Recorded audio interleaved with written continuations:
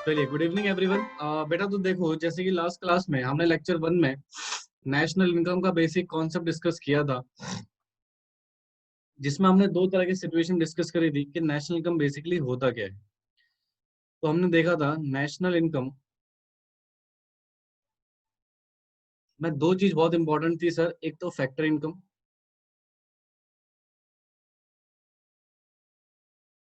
एक क्या था बेटा हमारे पास, फैक्टर इनकम।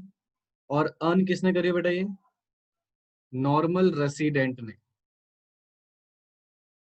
किसने अर्न करी हो जी? नॉर्मल रेसिडेंट ने अर्न करी हो अकाउंटिंग ईयर में। तो बेसिकली उसके टोटल समीशन को, इस फैक्टर इनकम के टोटल समीशन को, राइट, हम एक तरह से क्या बोलते थे बेटा? National income. I hope so आपने प्रॉपर तरीके से वीडियो देखा हो बेटा। इसको मैं ऑलरेडी आपको प्रीवियस क्लास में समझा चुका हूँ कि फैक्टर इनकम बेसिकली क्या होता है। ठीक है, फैक्टर इनकम ऑलरेडी हम डिस्कस कर चुके हैं बेटा प्रीवियस क्लास में कि फैक्टर इनकम का बेसिक कॉन्सेप्ट क्या होता है। और आज हम डिस्कस करने वाले हैं दैट इज नॉर्मल रेसिडेंट का बेसिक मतलब क्या होगा। ठीक है, today will discuss about the concepts of normal resident. ठीक है, तो फटाफट से बेटा हेडिंग डालिए। फटाफट से हेडिंग डालिए बेटा आज की topic number 2। Topic number 2 that is normal resident. ठीक है, नॉर्मल रेसिडेंट। तो फटाफट से इसकी डेफिनेशन लिख लेते हैं बेटा, फिर हम इसके बारे में और डिटेल में डिस्कस करेंगे। हालांकि 2 क्लासेस लगने वाली बेटा इस टॉपिक को समझने में।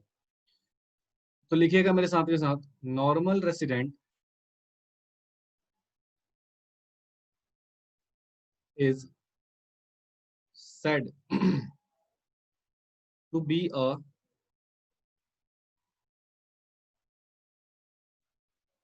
one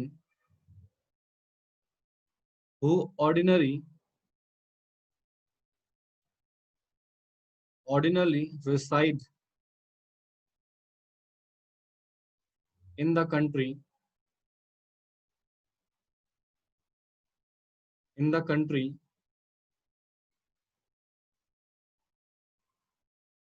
concerned, and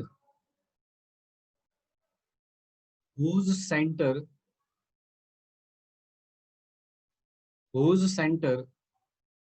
of economic interest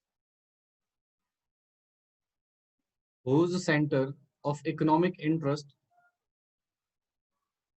lies in that country, lies in that country। तो उस पर्सन को बेसिकली हम ऑर्डिनरी रेसिडेंट के नाम से जानते हैं। जरा ध्यान से 2 मिनट कंसंट्रेशन से सुनिएगा बेटा कि ऑर्डिनरी रेसिडेंट बेटा हमारा होता कौन है। तो अगर मैं इस डेफिनेशन की बात देखूं तो यहाँ पर 2 चीजें समझ में आती है सर। इस डेफिनेशन के अकॉर्डिंग हमें 2 चीजें समझ में आती हैं। पहला, अगर कोई पर्सन किसी भी कंसर्न कंट्री में, लेट अस अज्यूम इंडिया, हम इंडिया का नॉर्मल रेसिडेंट चेक कर रहे हैं बेटा, नेशनल इनकम निकाल रहे हैं, तो हम यहाँ पे देखेंगे India is a concern country. तो हम ये देखेंगे कि सर कोई पर्सन जो ऑर्डिनरली इंडिया में रिसाइड कर रहा है और उसका इकोनॉमिक इंटरेस्ट भी उसी कंट्री में है, यानी कि इंडिया में। लेट अस अज्यूम सर एक पर्सन है मिस्टर एक्स।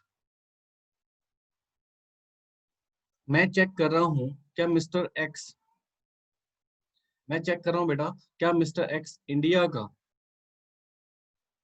नॉर्मल रेसिडेंट है या नहीं। नॉर्मल रेसिडेंट है या नहीं, यस और नो। ठीक है, अगर ये नॉर्मल रेसिडेंट होगा, राइट, या नॉर्मल रेसिडेंट नहीं होगा, तो ये डिपेंड करता है बेटा कंडीशंस पे। इस पे बच्चे कंडीशन पे, और हमारे पास 2 तरह की कंडीशंस हैं। एक तो पहला लिखा बेटा ऊपर, ऑर्डिनरी रिसाइडिंग होना चाहिए, दूसरा होना चाहिए इकोनॉमिक इंटरेस्ट। तो ये 2 चीजें याद रखना। एक तो क्या होना चाहिए बेटा? ऑर्डिनरली रिसाइड होना चाहिए, एंड उसका इकोनॉमिक इंटरेस्ट उसी देश में कंसिडर होना चाहिए। बिल्कुल ध्यान से सुनिएगा बेटा। देखो, अगर मिस्टर एक्स को इंडिया का रेसिडेंट बनना है, अगर मिस्टर एक्स को इंडिया का रेसिडेंट बनना है, तो हम चेक करेंगे क्या नॉर्मल रेसिडेंट है या नहीं है। इसके लिए हमें 2 कंडीशन सेटिस्फाई करनी है बेटा। पहला, ये ऑर्डिनरी रिसाइड होना चाहिए कंट्री में, यानी कि जिस कंट्री का हमें रेसिडेंशियलशिप देख रहे हैं उस कंट्री में बेटा ये ऑर्डिनरी रिसाइड होना चाहिए, एंड इसका इकोनॉमिक इंटरेस्ट भी उसी देश में होना चाहिए। तो इस पर्सन को हम क्या मान लेंगे बेटा? Resident of India. अगर ऐसा होता है, both condition, if both condition are satisfied, if both condition are satisfied, अगर दोनों कंडीशन सेटिस्फाइड होती हैं, तो yes mister X will be consider normal resident. तो मिस्टर एक्स को हम क्या मान लेंगे बेटा, नॉर्मल रेसिडेंट के नाम से जानेंगे। ठीक है, तो this is the basic conditions of the normal resident. अच्छा ध्यान सुनना, अब यहाँ पर एक क्वेश्चन आता है सर, सर ये ऑर्डिनरी रिसाइड का मतलब क्या होता है, और सर इकोनॉमिक इंटरेस्ट का बेसिक मतलब क्या है।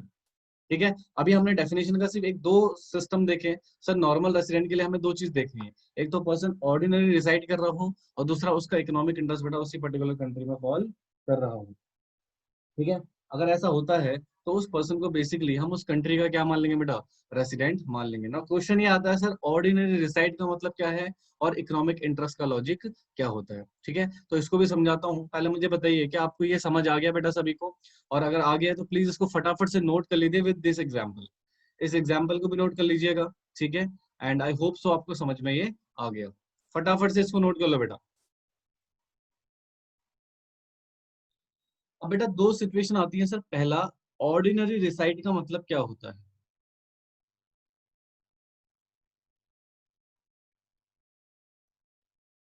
पहला कॉन्सेप्ट। दूसरा कॉन्सेप्ट आता है बेटा हमारे पास, इकोनॉमिक इंटरेस्ट का मतलब क्या होता है। ठीक है जी, तो ध्यान तो सुनिएगा, ये दो कॉन्सेप्ट अब हमें समझ गए हैं। पहला ऑर्डिनरी रिसाइड का मतलब क्या है, दूसरा सर ये इकोनॉमिक इंटरेस्ट का बेसिक मतलब क्या होता है। तो जरा ध्यान से सुनिएगा, कहते हैं a person residing a person residing in a country for a period of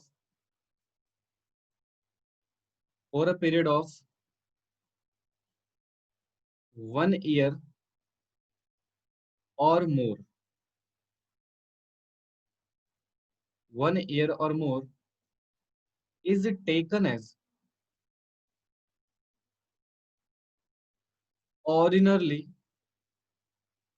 reside in that country। ठीक है, first concept.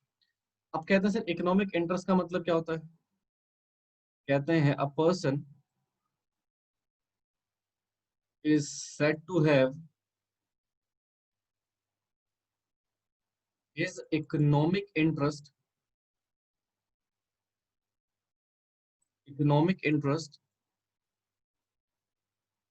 In a country when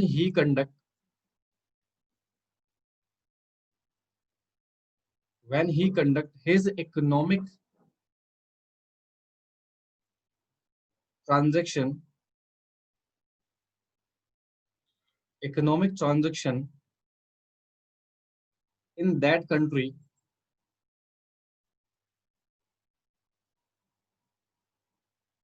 on a significant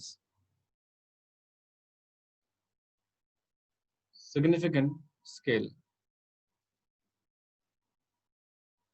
देखो जी, अब ये दो डेफिनेशन है बेटा, एक तो ऑर्डिनरी रिसाइड का और दूसरा इकोनॉमिक इंटरेस्ट का। कहते हैं सर एक व्यक्ति को, एक पर्सन को, राइट, हम किसी भी कंट्री का दैट इज ऑर्डिनरी रिसाइड तब मानेंगे बेटा जब वो उस कंट्री में 1 साल या उससे ज्यादा रह रहा हो। यानी कि फॉर एग्जाम्पल आप किसी, जैसे फॉर एग्जाम्पल बेटा यहाँ पर मैं छोटा सा एग्जाम्पल लिखता हूँ, बिल्कुल ध्यान सुनना। ठीक है, that is USA, that is India. ठीक है, सुनिएगा बिल्कुल ध्यान से, ये यूएसए और ये है इंडिया। यहाँ का एक पर्सन था बेटा मिस्टर टॉम, यूएस का एक पर्सन है मिस्टर टॉम, जो इंडिया बेटा रहने के लिए आया, फॉर रिसाइडिंग। अब दो केस होंगे, अगर ये इंडिया में 1 साल और मोर रहा, या ये रहा लेस देन 1 ईयर, यानी कि 1 साल से कम रहा। अगर ये 1 ईयर और मोर इंडिया में रहा तो इसको हम इंडिया का ऑर्डिनरी रिसाइड मानेंगे बेटा। शॉर्ट में लिख रहा हूँ OR, यानी कि ऑर्डिनरली रिसाइड मानेंगे बेटा इसको इंडिया का, अगर ये 1 साल या उससे ज्यादा इंडिया में रहता है। अगर ये लेस देन 1 हुआ, क्या हुआ बेटा, ये अगर लेस देन 1 हुआ तो इसको हम नॉन रेसिडेंट कंसिडर करेंगे बेटा भारत का। और जब ये नॉन रेसिडेंट मतलब ऑर्डिनरी रिसाइड नहीं कर रहा, तो ऑब्वियसली बात है इसने कंडीशन सेटिस्फाई नहीं करी, तो इसको हम non resident of India consider करेंगे। ये कंडीशन तो सेटिस्फाई होनी चाहिए, साथ के साथ बेटा इकोनॉमिक इंटरेस्ट भी बेटा आपका उसी कंट्री में होना चाहिए। अब इकोनॉमिक इंटरेस्ट का मतलब क्या है, देखो, a person said to have his economic interest in that country when he conduct his economic transaction in that country on a significant scale. Economic transaction का बेसिक मीनिंग क्या होता है जी? अगर मैं इकोनॉमिक ट्रांजैक्शंस की बात करूं बेटा, तो इकोनॉमिक ट्रांजैक्शन का बेसिक मीनिंग होता है sir production, investment and consumption. अगर ये एक्टिविटी बेटा इंडिया में ये सिग्निफिकेंट स्केल पे कर रहा है और ये 1 साल और उससे ज्यादा भारत में रह रहा है बेटा, तो उसको हम इंडिया का नॉर्मल रेसिडेंट कंसिडर करेंगे। तो सर ऑर्डिनरी रिसाइड का बेसिक मतलब क्या है बेटा? अगर आप किसी कंट्री में 1 साल या उससे ज्यादा रहते हो, राइट। दूसरा इकोनॉमिक इंटरेस्ट का मतलब क्या होता है सर? अगर आप किसी भी देश में इकोनॉमिक ट्रांजेक्शन्स को कंक्लूड कर रहे हैं बेटा on a significant scale. Significant scale का मतलब होता है लार्ज स्केल पे। क्या होता है बेटा इसका मतलब? लार्ज स्केल पे अगर आप ट्रांजेक्शन्स कर रहे हैं, तो बेसिकली सर उस कॉन्सेप्ट को हम बोलेंगे आपका इकोनॉमिक इंटरेस्ट बेटा उसी देश में स्टैब्लिश करता है। ठीक है, तो this is the concept of economic interest and ordinary reside. अब अगर पूरा कंक्लूजन देखें, तो कंक्लूजन समझते हैं बेटा, पहले सबसे पहले आप इसको नोट कीजिए और आई होप सो आपको ये समझ में आ गया हो। ठीक है जी, इसको नोट करो बेटा फटाफट से, नोट इट डाउन फास्ट। ठीक है, इसका कंक्लूजन देखिए, अगर मैं नॉर्मल रेसिडेंट की बात करूं, चार्ट बढ़ाना बेटा, इस चार्ट में बेटा नॉर्मल रेसिडेंट की डेफिनेशन को समझने की कोशिश करते हैं। पूरा कंक्लूसिव चार्ट है बेटा, ठीक है। अगर मैं बोलता हूँ सर नॉर्मल रेसिडेंट क्या होता है, अगर मैं कहता हूँ जी नॉर्मल रेसिडेंट क्या होता है, तो यहाँ पर बेसिकली हम दो बातें सबसे पहले बताएंगे कि सर नॉर्मल रेसिडेंट का मतलब वो पर्सन जो ऑर्डिनरली किसी देश में रिसाइड कर रहा हो, सबसे पहला पॉइंट तो ये था। प्लस साथ के साथ उसका इकोनॉमिक इंटरेस्ट भी उसी देश में होना चाहिए बेटा, हाँ कि ना? जी बिल्कुल। और ऑर्डिनरी रिसाइड्स का बेसिक मतलब क्या था कि आप रिसाइडिंग हैं किसी पर्टिकुलर कंट्री में, रिसाइडिंग फॉर 1 ईयर और मोर। और इकोनॉमिक ट्रांजैक्शन अगर आपकी किसी पर्टिकुलर कंट्री में हो रही है, इकोनॉमिक ट्रांजैक्शन, सॉरी ये ना इकोनॉमिक पहले लिख लेना बेटा, एक मिनट। इसका मतलब हुआ इकोनॉमिक ट्रांजैक्शन, ठीक है, वो भी सिग्निफिकेंट यानी कि लार्ज स्केल पे बेटा अगर आप उस कंट्री में कर रहे हैं, तो इन दोनों सिचुएशन में आपको हम क्या मानेंगे बेटा? भारत का रेसिडेंट। ठीक है, यानी कि कोई पर्सन इंडिया में 1 साल या उससे ज्यादा रहता है और उसका इकोनॉमिक ट्रांजेक्शन बेटा भारत में ही हो रहे हैं, तो उस पर्सन को हम बेसिकली क्या मानेंगे बेटा? भारत का नॉर्मल रेसिडेंट। ठीक है, तो ये एक तरह का कंक्लूजन है बेटा, इसको बना लीजिए चार्ट फॉर्म, ये पूरी डेफिनेशन का एक कंक्लूसिव पार्ट है। ठीक है, जो आई होप सो आपको समझ में आ गया हो। हालांकि यहाँ पर हमने सिर्फ क्या पढ़ा बेटा? ऑर्डिनरी रेसिडेंट, इकोनॉमिक इंटरेस्ट, या जनरली मैं बोलूँ तो नॉर्मल रेसिडेंट का मीनिंग। यहाँ पर हमने क्या पढ़ा बेटा? नॉर्मल रेसिडेंट का मीनिंग। ठीक है, अब मैं आपको इसकी सम ऑब्जर्वेशन डिस्कस करेंगे बेटा। कुछ चीजों को इंक्लूड करा जाएगा इस डेफिनेशन में और कुछ चीजों को एक्सक्लूड किया जाएगा। ठीक है, इसको फटाफट से नोट कीजिए और किसी का डाउट है प्लीज आप मेरे से पूछिए। चलिए जी, हेडिंग डालो फटाफट से।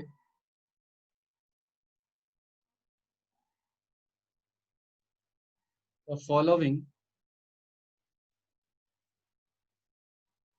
Observation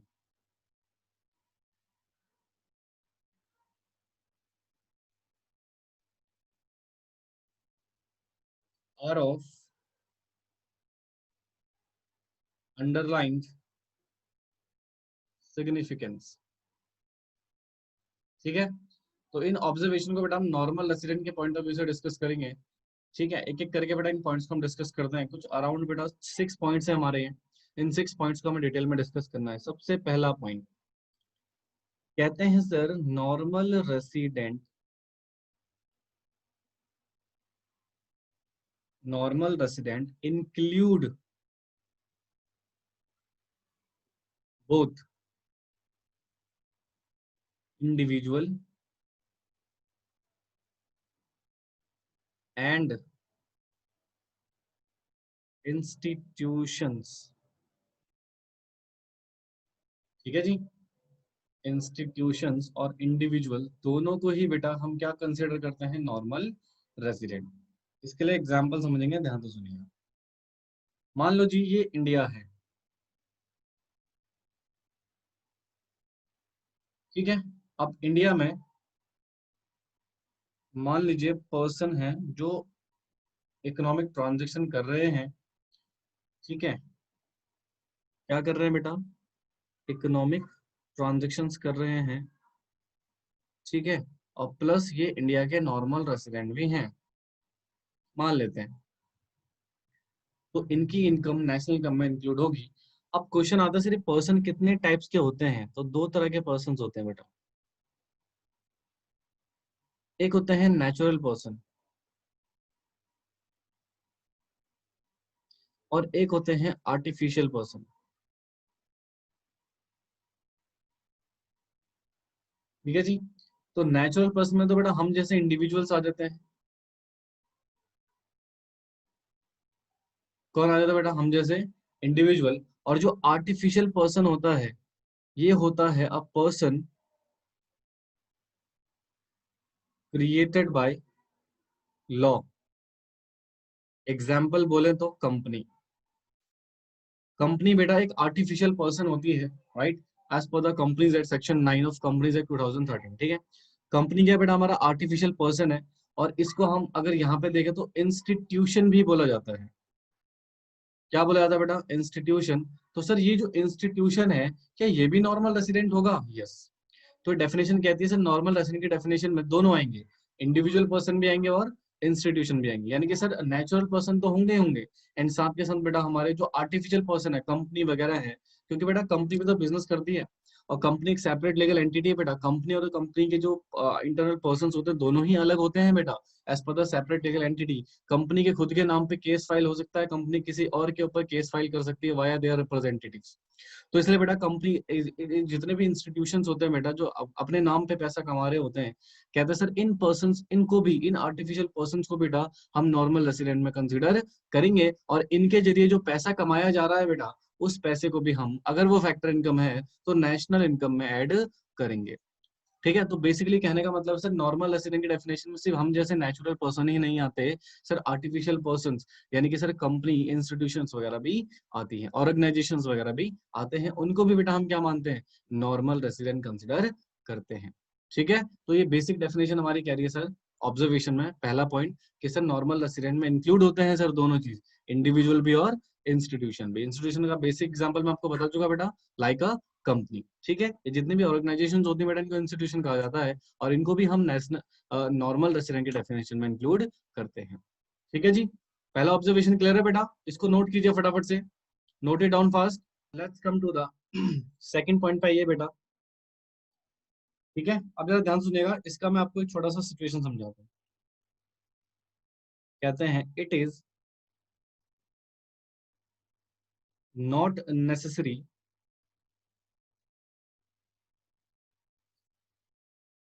that normal resident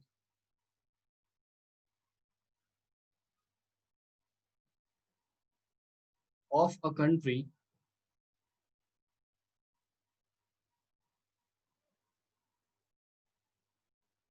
also citizen of that country.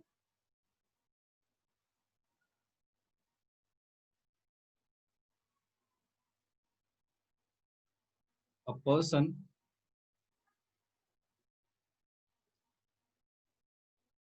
may be a normal resident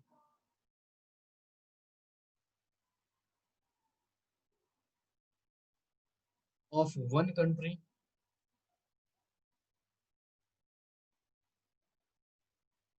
even when he citizen of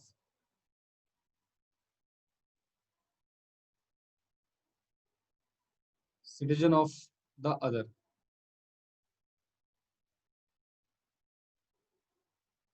अब जरा ध्यान से सुनना, ध्यान से सुनिएगा बेटा। मान लीजिए दिस इज इंडिया, और ये है बेटा यूएसए। अगेन यहाँ पर एग्जांपल लेके चलते हैं बेटा। एक पर्सन है मिस्टर टॉम, और इस टॉम का बर्थ हुआ बेटा यूएसए में। ठीक है, basically he is the citizen of India, sorry citizen of USA. ये कहाँ का सिटीजन है बेटा? यूएस का। बट ये अपने कुछ बिजनेस के लिए बेटा भारत आए हैं। अपने कुछ बिजनेस के लिए कहाँ है बेटा? भारत। और ये इंडिया में बेटा 1 साल और उससे ज्यादा रहता है। 1 साल और मोर बेटा ये भारत में रह रहा है, स्टे फॉर इंडिया। ठीक है, अब जरा ध्यान से सुनना सर, है तो सिटीजन ये कहाँ का? अमेरिका का, यूएस का। But at the point of view sir, इसकी जो इकोनॉमिक ट्रांजेक्शन है और ये ऑर्डिनरी रेसिडेंट कहाँ का हो रहा है बेटा? इंडिया का। Now mister Tom basically resident of India. तो कहने का मतलब ये है सर, रेसिडेंट होने के लिए, किसी भी देश का रेसिडेंट होने के लिए बेटा उस देश का सिटीजन होना अनिवार्य नहीं। आप किसी और देश के रेसिडेंट हो सकते हैं एक टाइम पे, और किसी और देश के सिटीजन हो सकते हैं। जैसे एग्जांपल में mister Tom, mister Tom citizen कहाँ का है बेटा? यूएस का। ठीक है, बट रेसिडेंट कहाँ का है? भारत का, इंडिया का। क्योंकि वो इंडिया में आगे उसने नॉर्मल रेसिडेंट की डेफिनेशन को क्या कर लिया बेटा? फुलफिल कर लिया। ठीक है, तो देखो ये लिखा हुआ है, it is not necessary to normal resident for a country, right, also be citizen of India country. यानी कि किसी भी देश के नॉर्मल रेसिडेंट होने के लिए बेटा आपको उस देश का सिटीजन होना जरूरी नहीं है। कहते हैं अ पर्सन मे बी, जरूरी नहीं है बेटा, मे बी मतलब हो सकता है। May be a person of one, sorry, a normal resident of a one country, and even he is the citizen of other country. Like example जो नीचे आपको already given है कि sir mister Tom citizen of USA हैं, but India में वो 1 साल से ज्यादा रह रहे हैं, तो यूएस इंडिया का उन्हें हम क्या मानेंगे बेटा? रेसिडेंट। समझ आया जी? इसको नोट करो बेटा फटाफट से एग्जाम्पल को, एंड आई होप सो कि आपको ये समझ में आ गया होगा। समझते हैं बेटा। Let's come to the point of third. कहते हैं जी international organisation.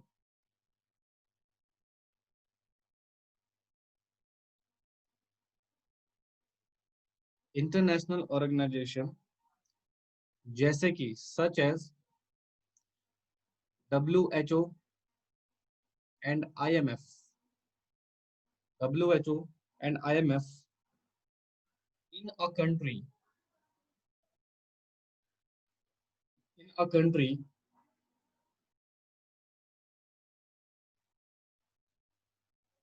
Are not to be taken as normal resident of that country.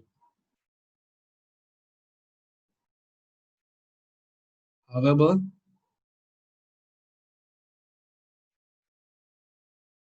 अगर मैं इंडिया की बात करूं बेटा, तो कहते हैं if an Indian, sorry, if, एक काम कीजिएगा, Indian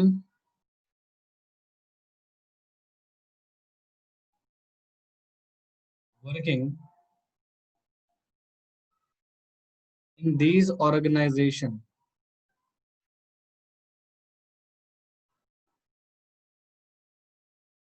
would be taken as